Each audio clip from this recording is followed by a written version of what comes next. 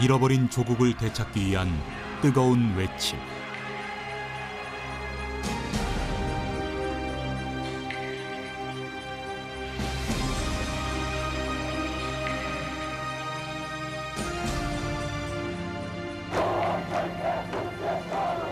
독재 정권과 부패한 정치에 온몸으로 저항한 시민운동까지 이 모든 역사의 뿌리가 된 사건이 있다.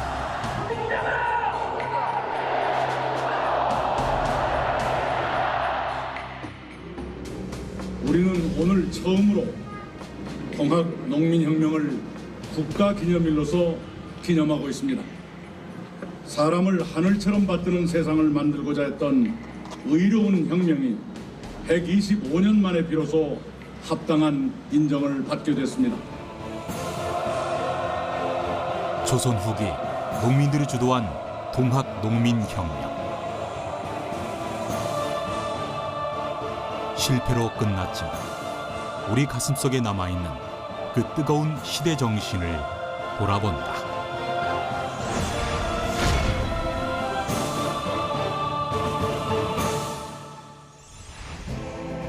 (1894년 1월) 지방 고을 민초들의 작은 반란이 시작된다. 때가 왔소. 탄간우리 조병갑의 목을 베고 한양으로 진격합시다. 침략과 수탈에 맞서 아래로부터의 혁명을 일군 농민들. 당시엔 실패로 끝났지만 지금의 평가는 다르다.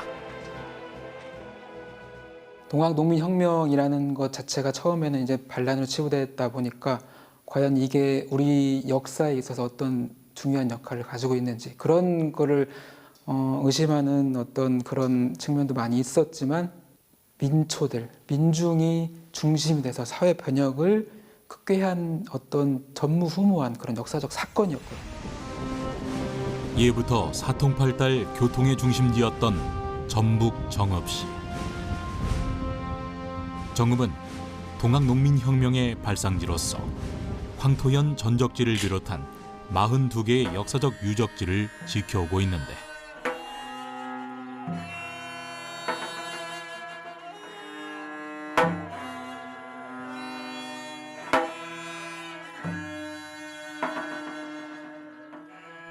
매년 5월 동학농민혁명 기념제가 열리고 있는 곳이기도 하다.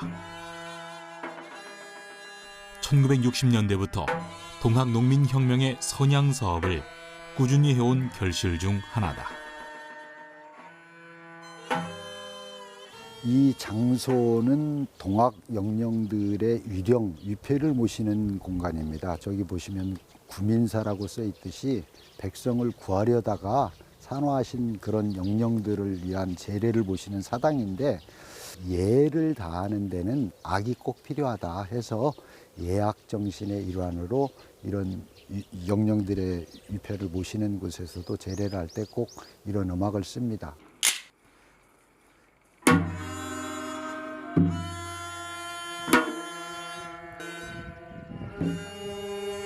조선시대 궁중연회 때 쓰이던 음악을 새롭게 각색한 연주곡.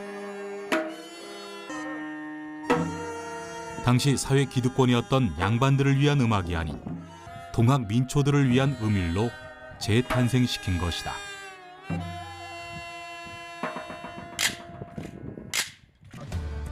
올해로 53회를 맞이한 황토현 동학농민혁명 기념제.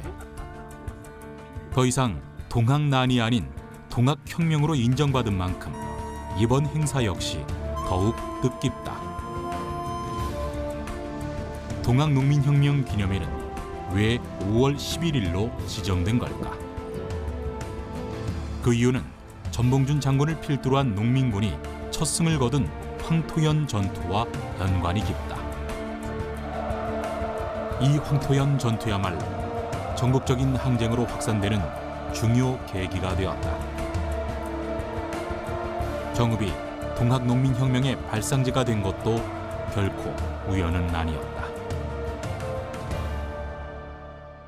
그 혁명의 조건에는 그 사회가 크게 잘못돼야 되고 또 그 잘못을 민중들이 인지하고 있어야 되고 또 그것을 스스로 고쳐나가겠다는 강한 의지가 있을 때 이루어진다고 생각을 합니다.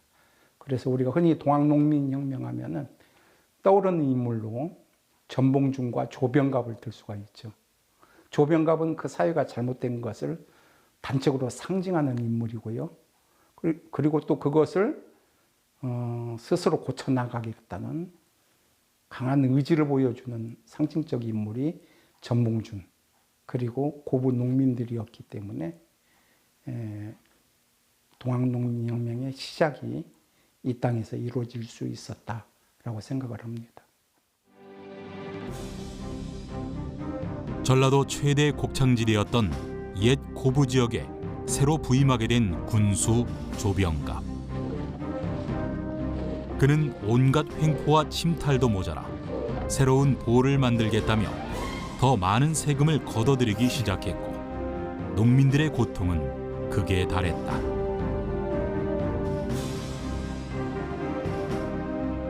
새 보를 높이 막는 바람에 홍수가 져 냇물이 범람해 상류 농민들은 오히려 홍수 피해를 입었는데 가을에 보세를 징수하니 농민들의 원성이 날로 비등했다.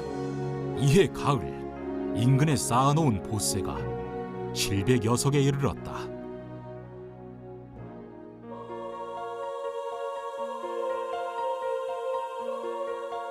조병갑의 수탈에 맞서 농민 봉기를 계획한 전봉준 장군. 그가 목숨 걸고 농민 봉기에 나섰던 이유는 무엇일까? 양반 출신으로서 어떤 이제 그 세력을 많이 갖고 있는 그런 양반은 아니었고 생계를 위해서 어떤 농사도 짓고 또 생계를 위해서 그 서당의 훈장을 역할까지 했던 그런 인물이었습니다. 농민들은 대부분 이제 생업에 어떤 치중을 했기 때문에 그 한자 공부를 할 수 있는 어떤 그런 유학을 공부할 수 있는 여건이 많이 안 됐었잖아요. 그 전봉준 장군 같은 경우에는 이제 양반으로서 이제 아버지로부터 이제 그 유학 공부를 이제 배우기도 했었고 조선의 나라가 어떻게 해야만 국민들을 위한 어떤 그런 국민 백성들을 잘 다스릴 수 있는 나라가 될 수 있을지 그런 방편들을 많이 이제 고민을 했겠죠. 그런 고민 하에 이렇게 그 거사를 계획하지 않았나.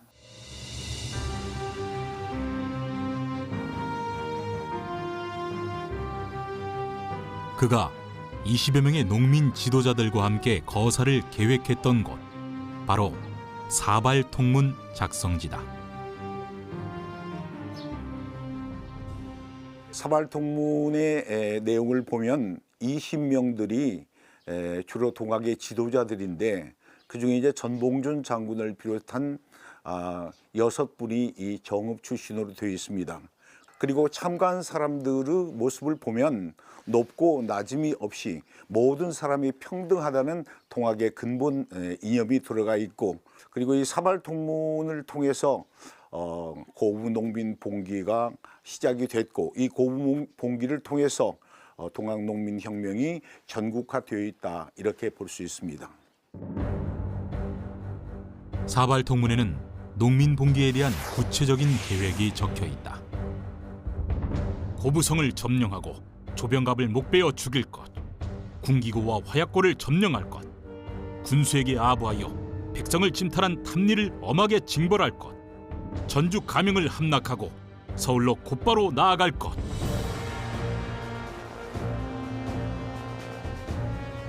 이처럼 농민군이 하나로 뭉칠 수 있었던 이유는 따로 있다. 부패한 관료들의 횡포와 침탈로 농민들의 삶이 더욱 피폐해질 수밖에 없었는데 사람이 곧 하늘이라며 평등 사상을 내세운 동학이 민중들을 하나로 모은 것이다.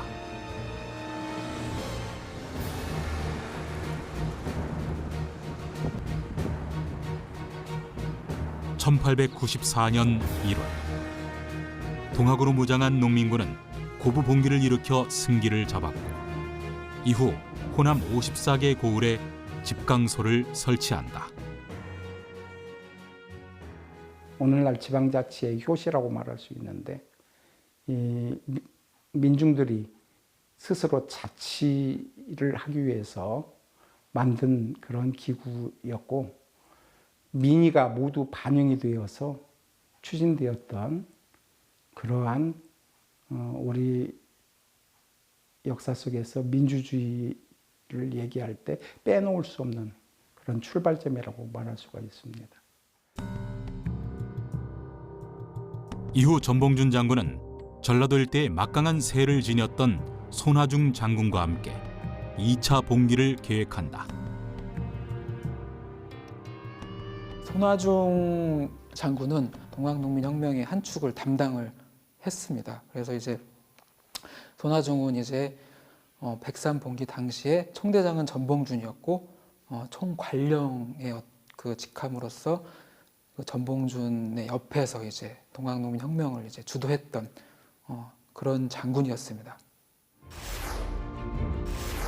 전봉준과 손화중, 김계남, 최경선 장군 등의 동학농민혁명의 지도자들은 일개 지역의 봉기가 아닌 국민적인 혁명을 위해 전국적인 봉기를 이어간다.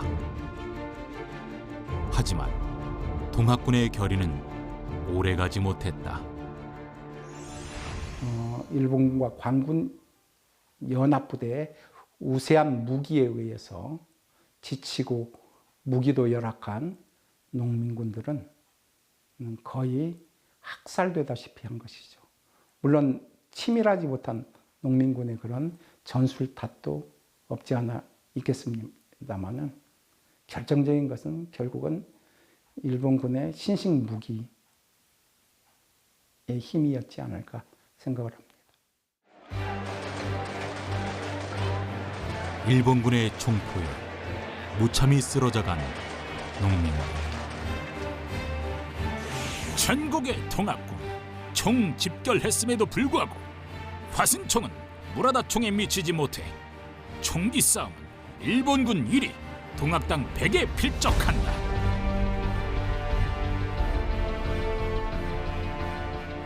동학군들은 끝내 자신들이 꿈꿨던 세상을 이루지 못했다. 실패한 역사로 남은 동학농민혁명. 남겨진 유족들과 후손들에겐 지울 수 없는 아픔이고 우리에겐 잊어선 안 될 역사의 한 페이지로 남아있다. 건강은 어떠세요? 지금 건강은 별로 좋은 편이 아니에요. 지금 연세가 지금 현재 36년생. 36년생. 예, 호주사. 그러면 85세? 예. 그런데 현재 시험 실제 나이는 87세예요. 2살 늦었어요. 실제로는 그동안 이렇게 손자분께서 직접 오랫동안 이렇게 관리를 해주시고 해서 너무 감사하기도 하고요. 이게 이제 지역 사회를 넘어서서 전국화 세계화되는 길에 우리 이제 또 손자분이신 우리 손홍열 선생님께서도 적극적으로 좀 해주셨으면 좋겠어요. 예, 저희도 최선을 다해서 유족들과 이게 이제 혁명에 대한 정신을 이어가도록 하겠습니다.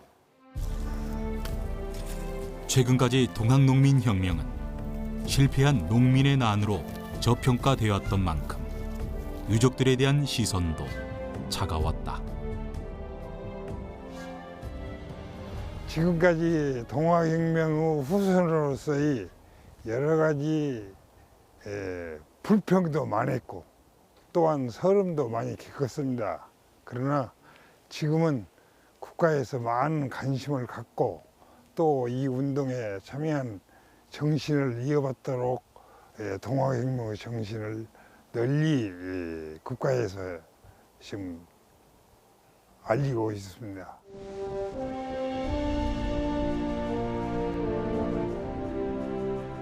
동학농민혁명의 가치와 정신이 새롭게 평가되고 있는 지금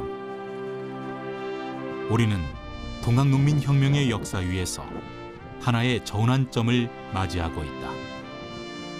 동학군에 대해 왜곡된 역사적 사실을 바로잡고 무명의 동학군들이 보여준 저항의 정신을 되새기는 노력이 시작된 것이다. 세계 각국에 시민혁명의 상징물이 남아있듯 정읍에서도 동학농민혁명의 기념시설을 마련할 예정이다. 동학의 정읍은 장자입니다.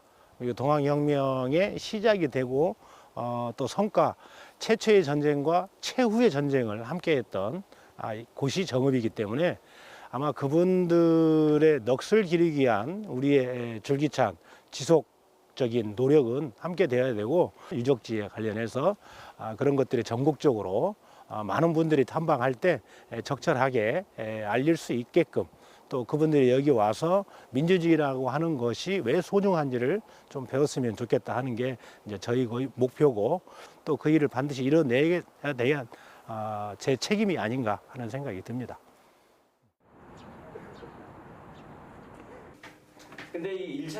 오늘을 살아가는 우리들에게 동학은 어떤 의미로 계승되고 있을까?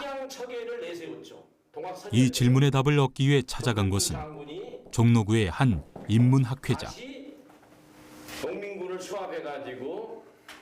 사회 각계각층의 사람들이 모여 동학에 대해 연구하는 모임이다.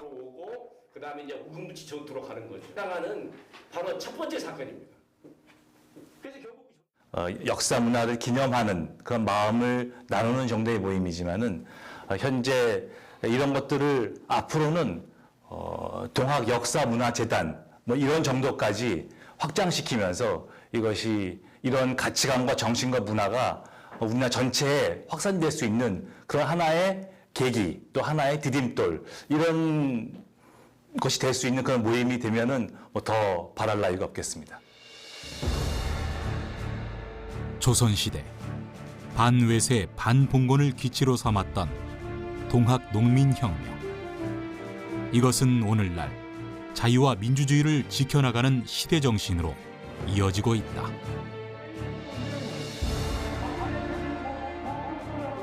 평등과 또 민주, 자유 이런 것은 남이 저절로 가져다 주는 게 아닙니다. 농민들이 피 흘려서 쟁취했고, 동학농민혁명은 한국 민주주의의 뿌리라고 할 수 있거든요. 우리나라를 유린하는 어떤 제국주의 외세를 또 물리치기 위한 어떤 그런 깃발을 내세우고 하면서 피를 많이 흘렸기 때문에 그 피를 자양분 삼아서 한국의 민주주의가 열매를 맺지 않았나, 이렇게 평가를 할 수 있을 것 같습니다. 백성이 세운 시대 정신 동학. 그 뿌리가 깊게 박혀 있는 한 우리 민주주의의 역사는 계속 성장해 나갈 것이다.